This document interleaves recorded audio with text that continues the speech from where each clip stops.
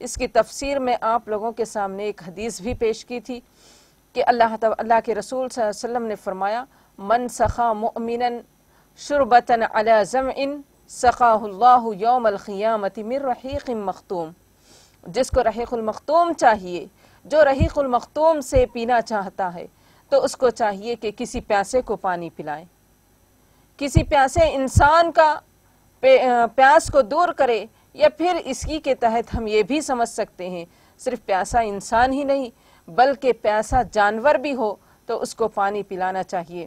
کیونکہ ایک حدیث میں ایک عورت جو زانیہ ہوتی ہے، زناکار ہوتی ہے، لیکن ایک کتے کو پانی پلانے کی وجہ سے وہ جنتی بن جاتی ہے، اللہ کی رضامندی حاصل کر لیتی ہے. تو اس کا یہ مطلب نہیں ہے کہ صرف انسانوں کا ہی خیال رکھا جائے، بلکہ اگر کوئی پیاسا انسان بھی ہو یا پیاسا جانور بھی ہو، پیاسا چرند پرند کوئی بھی ہو، اس کو پانی کا انتظام ہمیں کرنا چاہیے. کیونکہ گرما کا موسم ہے، ہم سبھی جانتے ہیں کہ کوئی جانور بہت پیاسے ہوتے ہیں، انہیں پینے کے لیے پانی بھی نہیں ہوتا کبھی کبھی. تو ایسے اوقات میں ہم پانی کا انہیں انتظام کر دیں جیسے انسانوں کے لیے ہم انتظام کرتے ہیں، چرند پرند اور جانوروں کے لیے بھی پانی کا انتظام کرے. تو انشاءاللہ اگر اللہ تعالیٰ کو چھوٹی سی ہماری کوئی ایک عمل بھی ہمارا پسند آ جائے تو اللہ تعالیٰ ہم سے راضی ہو جائے گا. تو اسی حدیث میں یہ بھی بیان کیا گیا ہے کہ جو پانی پلائے گا پیاسے انسان کو تو اللہ اس کو رحیق المختوم پلائیں گے. جو کسی بھوکے انسان کو اس کے بھوک کے دن کھانا کھلائے تو اللہ تبارک و تعالیٰ اس کو جنت کے پھل کھلائیں گے. کسی برہنہ انسان کو کپڑے پہنائے تو اللہ تعالیٰ اس کو جنت کا لباس پہنائیں گے. تو تین باتیں یہاں پر جو انسان کے لیے بے حد ضروری ہے، کھانا، پانی، لباس، یہ تینوں کا اللہ کے رسول صلی اللہ علیہ وسلم نے ذکر کیا ہے کہ اگر کسی پیاسے کو پانی پلاؤ یا کسی بھوکے انسان کو کھانا کھلاؤ تو اللہ تعالیٰ اس کو جنت کے میوے اور جنت کا پانی نصیب کریں گے. اور صرف کسی برہنہ انسان کو، ننگے انسان کو کپڑے پہنا دو، اللہ آپ کو جنت میں ریشمی لباس پہنائیں گے. محترم ناظرین، آگے اللہ فرماتے ہیں فَلْيَتَنَافَسِ الْمُتَنَافِسُونَ، یعنی ان کاموں میں آگے بڑھنے والوں کو آگے بڑھنا چاہیے. فَاسْتَبِقُوا الْخَيْرَاتِ کے تحت ہر نیک کام میں ہمیں آگے بڑھ چڑھ کر حصہ لینا چاہیے. کوئی بھی نیک کام ہو اس کو حقیر یا معمولی نہیں سمجھنا ہے. تو اس لیے ان تمام کاموں کے لیے جو بھی سورۃ المطففین میں بیان کیے گئے یا پھر اس کے علاوہ دوسرے سورتوں میں جو آپ کے سامنے میں بیان کرتی ہوں، تو اس میں سے کسی بھی ایک نیک کام کو معمولی نہ سمجھے. اللہ کے رسول صلی اللہ علیہ وسلم فرماتے ہیں کہ لا تحقرن من المعروف شیئا ولو ان تلقى اخاك بوجه طلق. آپ نے کیا بہترین بات فرمائی. آپ فرماتے ہیں کہ کسی بھی معروف چیز کو حقیر مت سمجھو. کوئی بھی بھلا کام ہو تو اس کو حقیر مت سمجھو، کم تر مت سمجھو، معمولی مت سمجھو. یہاں تک کہ کسی مسلمان بھائی کو دیکھ کر ہنس دینا، مسکرا دینا، یہ بھی نیک کام ہے. یعنی ہنسنا مطلب یہ ہنسی نہیں کہ مذاق اڑاتے ہوئے ہنسی، بلکہ کسی مسلمان کو دیکھ کر، کسی اپنے بھائی کو دیکھ کر مسکرا دینا بھی صدقہ ہے. اس کو بھی حقیر مت سمجھ. تو وَفِي ذَلِكَ فَلْيَتَنَافَسِ الْمُتَنَافِسُونَ، تو آگے بڑھنے والوں کو نیک کاموں میں آگے بڑھتے رہنا چاہیے.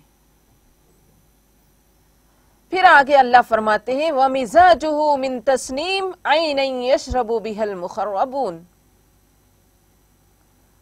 اب رحیق المختوم کی ملاوٹ مسک یعنی مشک کی خوشبو کے ذریعے سے ہوگا، اس کا اختتام ہوگا، یعنی فلیور اس کا مشک کا رہے گا. لیکن اللہ تبارک و تعالیٰ ایک جنت کی ایک اور شرب یعنی ایک اور شراب کا ذکر کرتے ہوئے فرماتے ہیں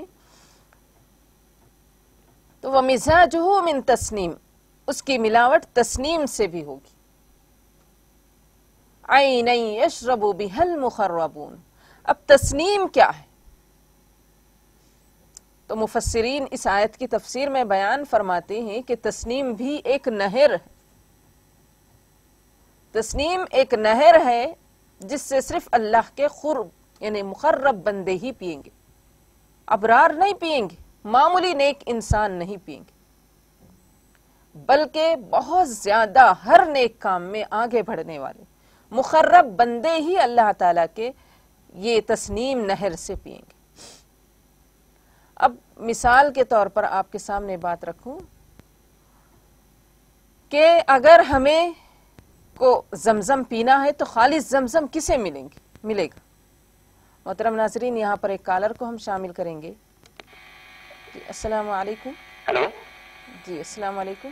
ہلو جی فرمائیے۔ السلام علیکم۔ ہلو وعلیکم السلام، فرمائیے۔ ہلو جی فرمائیے، آواز آ رہی ہے آپ کی۔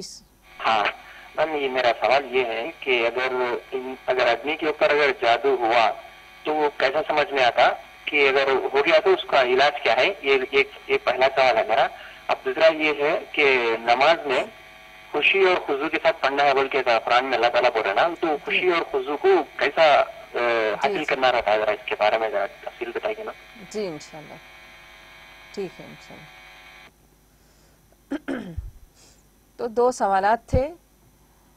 تو سب سے پہلا سوال یہ تھا کہ اگر کسی پر جادو ہو جائے تو اس کے نشان کیا ہے، یعنی کیسے ہمیں معلوم ہوگا کہ اس پر جادو ہوا ہے، اور یہ جادو کا علاج کیا ہے۔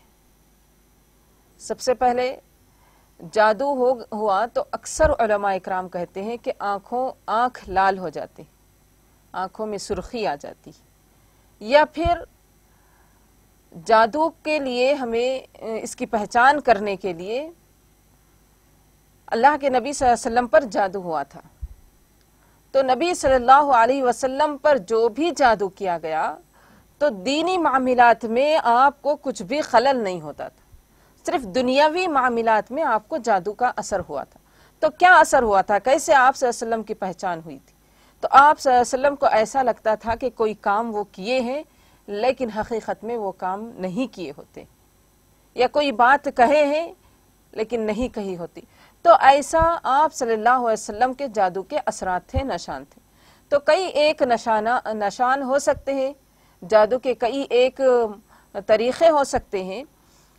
تو اس جادو کے توڑ کے لیے ہمیں جادو کو پہلے پہچاننا چاہیے کہ واقعتاً ہم پر جادو ہوا ہے، تو اس کے لیے علماء اکرام کے پاس جانا، جو جادو کا علاج کر سکتے ہیں، وہی پہچانیں گے کہ کیسا جادو ہے، کیا معمولی سے جادو ہوا ہے یا پھر بہت ہی خطرناک جادو ہوا ہے۔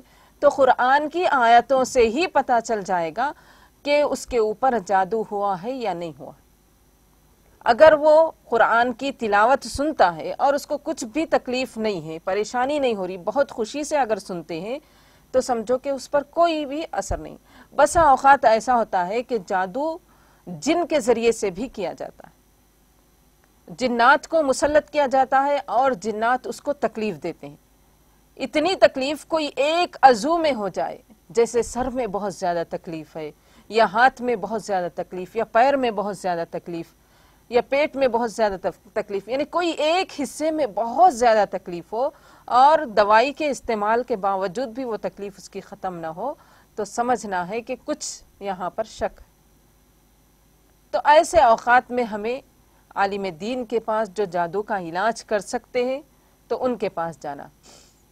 ابھی ہمیں شک ہے، جب ان کے پاس ہم جائیں گے، قرآن کی تلاوت سن کر ہمارے اندر کچھ تکلیف محسوس ہو رہی ہے اور قرآن سننے سے ہمیں بیزارگی محسوس ہو رہی ہے، غصہ آ رہا ہے، تو سمجھ جانا ہے کہ یہ یقینی، کیونکہ جادو اکثر و بیشتر جنات کے ذریعے سے، شیاطین کے ذریعے سے ہی کیا جاتا ہے، ان پر مسلط کیا جاتا ہے، جو قرآن سن کر سخت ناپسند کرتے ہیں۔ تو جادو کے نشان تو بہت کچھ ہے، لیکن اس کے علاوہ جادو کا توڑ ہمیں جاننا ہے۔ اگر کسی پر جادو ہو جائے، جیسے میں ابھی آپ کے سامنے بتائی کہ کئی ایک طریقوں سے ہو سکتا ہے، تو کبھی کبھی معمولی جادو ہو جاتا ہے، تو اس میں تو صرف ہم بھی علاج کر سکتے ہیں، اس میں کوئی بڑی بات نہیں۔ لیکن اگر جادو بہت زیادہ دن کا ہو جائے یا سخت ہو جائے، تو اس کے لیے کسی بڑے عالم کے پاس جانا ضروری ہوتا ہے۔ وہ لوگ اس کا علاج کریں گے، اس کے کئی ایک دعائیں ہیں، قرآن کی آیتیں ہیں، اس کے ذریعے سے ہی ہم علاج کر سکتے ہیں۔ اگر معمولی سا جادو ہے، ہمارے اندر طاقت ہے کہ ہم ایک جن، انشاءاللہ اگر ہمارے اندر ایمان مضبوط ہے تو ہم جنات کو ہرا سکتے ہیں۔ تو محترم ناظرین، جادو کے علاج کے لیے ہمارے اندر ہمت ہونا ہے، ایمان مضبوط ہونا ہے، اور ہمیں اخلاص ہونا ہے کہ ضرور ہم اس جادو کا یا پھر جنات کے اثرات کو دور کر سکتے ہیں۔ تو اس کے لیے سب سے پہلے سورہ فاتحہ کا اہتمام کرنا ہے، سورہ فاتحہ پڑھنا۔ اور رسول اللہ صلی اللہ علیہ وسلم نے جادو کا علاج کیسے کیا، جبریل علیہ السلام آپ کو کس طرح کیا کیا سکھائیں، وہ بھی ہمیں پڑھنا ہے۔ آپ صلی اللہ علیہ وسلم کے اندر اتنا ایمان، اتنا اخلاص، صرف سورہ ناس اور سورہ فلق کے ذریعے سے آپ کا جادو ختم ہو گیا تھا۔ تو سورہ ناس پڑھیں، سورہ فلق پڑھیں، سورہ اخلاص پڑھیں، سورہ فاتحہ پڑھیں، سورہ بقرہ کے آخری آیتیں 2 آمن الرسول بما انزل الیہ من ربہ والمؤمنون وہ پڑھیں۔ اور اس کے علاوہ کئی ایک آیتیں ہیں جو جنات کے اور جادو کے اثرات کے لیے پڑھی جاتی ہے۔ تو ایک بہت لمبی لسٹ ہے اس کی، تو انشاءاللہ کبھی آپ کے سامنے وہ بات بھی رکھی جائے گی۔ اور اس کے علاوہ جو بھی دعائیں رسول اللہ صلی اللہ علیہ وسلم سے ثابت ہے وہ بھی پڑھنا ہے۔ اعوذ بعزت اللہ وقدرتہ من شر ما اجد واحاذر، اعوذ بکلمات اللہ التامات من شر ما خلق، اسأل اللہ العظیم رب العرش العظیم ان یشفیک، بسم اللہ الذی لا یضر مع اسمہ شیء فی الارض ولا فی السماء وهو السمیع العلیم، اعوذ بکلمات اللہ التامات من شر ما خلق۔ ایسی بہت ساری دعائیں ہیں جو جن اور جادو، نظر بد، سب کے لیے ایک ہی۔ ہاں البتہ قرآن کے آیتوں میں بعض آیتیں جنات کے لیے، جنات کے اثرات کو دور کرنے کے لیے ہے، بعض جادو کے اثرات کو دور کرنے کے لیے، جیسے وما کفر سلیمان ولکن الشیاطین کفروا یعلمون الناس السحر، یہ آیتیں بھی جادو کے اثرات میں پڑھی جاتے ہیں۔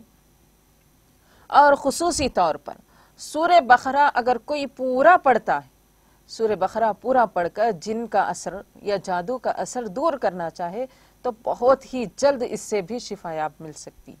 سورہ بقرہ پورا ایک ہی بیٹھک میں پڑھے، ایک ہی بیٹھک میں تقریباً 2.5 پارہ ہے، ایک ہی بیٹھک میں پڑھ کر اس کو بیری کے پتوں پر پھونک دینا ہے، دم کر دینا ہے۔ اب ان بیری کے پتوں پر دم کرنے کے بعد اس کو 7 دن تک انہی بیری کے پتوں کو گرم کرتے ہوئے پانی میں، اسی پانی سے اس کو غسل کرنا۔ محترم ناظرین، اس کے علاوہ زیتون کے بارے میں بھی احادیث میں علماء اکرام نے اس کا یہ بھی دلیل نکالی ہے کہ زیتون کے ذریعے سے بھی جن یا جادو وغیرہ کا اثر دور کر سکتے۔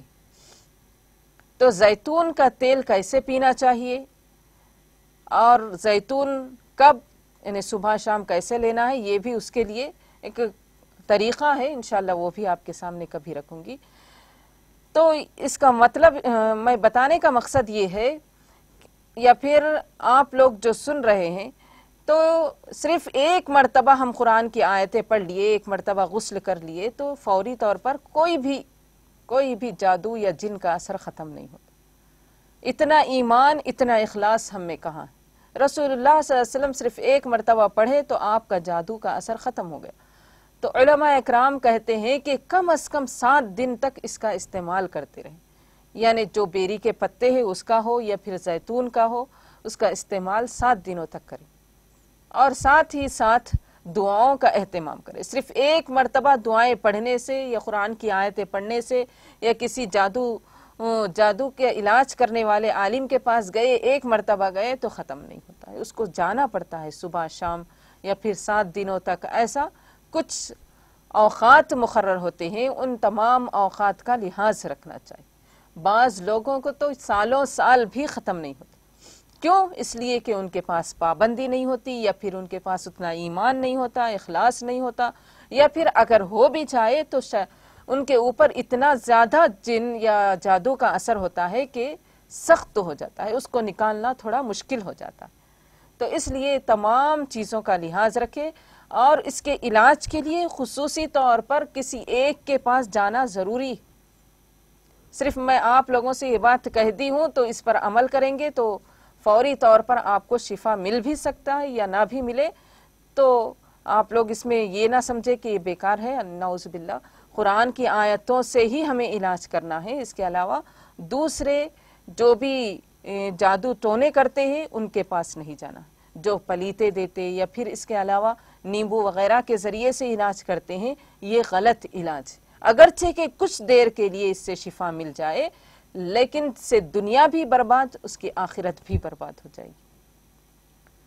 تو اس لیے جو بھی آپ کو اثرات ہوئے ہو یا جادو ہوا ہو یا نظر بد ہوئے ہو، تو اس کے لیے ضروری ہے کہ آپ قرآن کے آیتوں کے ذریعے یا پھر دعاؤں کے ذریعے سے ہی علاج کریں۔ آپ علاج نہیں کر سکتے تو کسی راقی کے پاس جا سکتے، رقیہ کرنے والے کے پاس جا سکتے ہیں، جو جادو کا علاج صرف قرآن کی آیتوں سے کرے یا دعاؤں سے کرے، تو انہی کے پاس جانا چاہیے۔ امید ہے کہ آپ کو اس سوال کا جواب سمجھ میں آیا۔ اور دوسرا سوال تھا، خیر دوسرا سوال تو کچھ یاد نہیں ہے، تو ایک اور مرتبہ آپ سوال کیجئے، انشاءاللہ آپ کے سوال کا جواب دیں گے۔ تو اس کے بعد انشاءاللہ ہم سورہ مطففین پڑھیں گے۔ تو سورہ مطففین میں اللہ تبارک و تعالی آگے فرماتے ہیں کہ من رحیق مختوم ختامہ مسک وفی ذلک فلیتنافس المتنافسون ومزاجہ من تسنیم عینا یشرب بها المقربون۔ تو ایک چشمہ ہے جس سے اللہ تبارک و تعالیٰ کے مقرب لوگ، مقرب بندے پئیں گے۔ تو تسنیم کے بارے میں آپ کے سامنے بتا رہی تھی کہ زمزم کا پانی جس طرح خالص ہوتا ہے، جس کو صرف اور صرف جو حاجی ہو یا عمرہ کرنے والے ہو، جو وہاں تک پہنچ سکتے وہی لوگ پئیں گے۔ اب جو دوسرے مقامات کو لا کر دیتے ہیں تو کچھ نہ کچھ اس میں ملاوٹ کر دیتے ہیں۔ تو اللہ تبارک و تعالی یہاں پر فرماتے ہیں کہ تسنیم ایک ایسی نہر ہے جو صرف اور صرف اللہ کے مقرب بندے ہی پئیں گے۔ اللہ کے بندوں میں ابرار بھی ہے، مقرب بھی ہے، گنہگار بھی ہے۔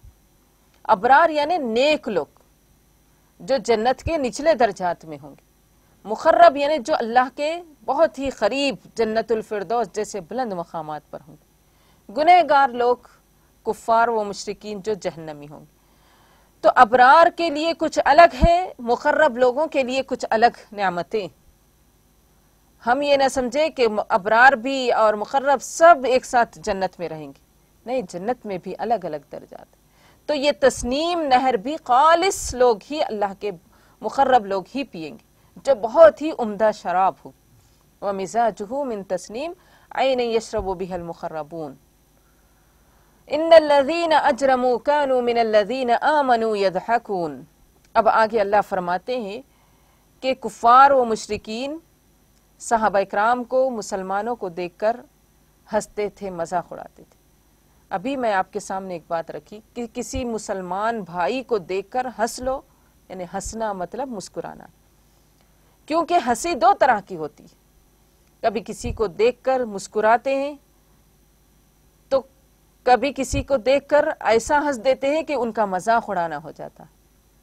تو اس لیے ہنسنے میں یا مسکرانے میں بھی اس بات کا ضرور لحاظ رکھے کہ مسکرانا اچھے طریقے سے، طنز کے طور پر یا مذاق اڑانے کے طور پر مسکرانا نہ ہو۔ کیونکہ صحابہ اکرام مسلمان جب کفار و مشرکین کے پاس سے جاتے تو کفار ان کا مذاق اڑاتے تھے۔ اللہ وہی فرماتے ہیں ان الذین اجرموا كانوا من الذین آمنوا يضحكون، کافر لوگ ایمان والوں کا مذاق اڑاتے۔ وَإِذَا مَرُّوا بِهِمْ يَتَغَامَزُونَ، جب وہ ان کے پاس سے گزرتے تو آنکھ کے اشارے کرتے تھے۔ مسلمان صحابہ اکرام، غریب صحابہ اکرام جب کفار و مشرکین کے پاس سے گزرتے تو ایک دوسرے کو آنکھ کے اشارے کر لیتے تھے، دیکھو جا رہے۔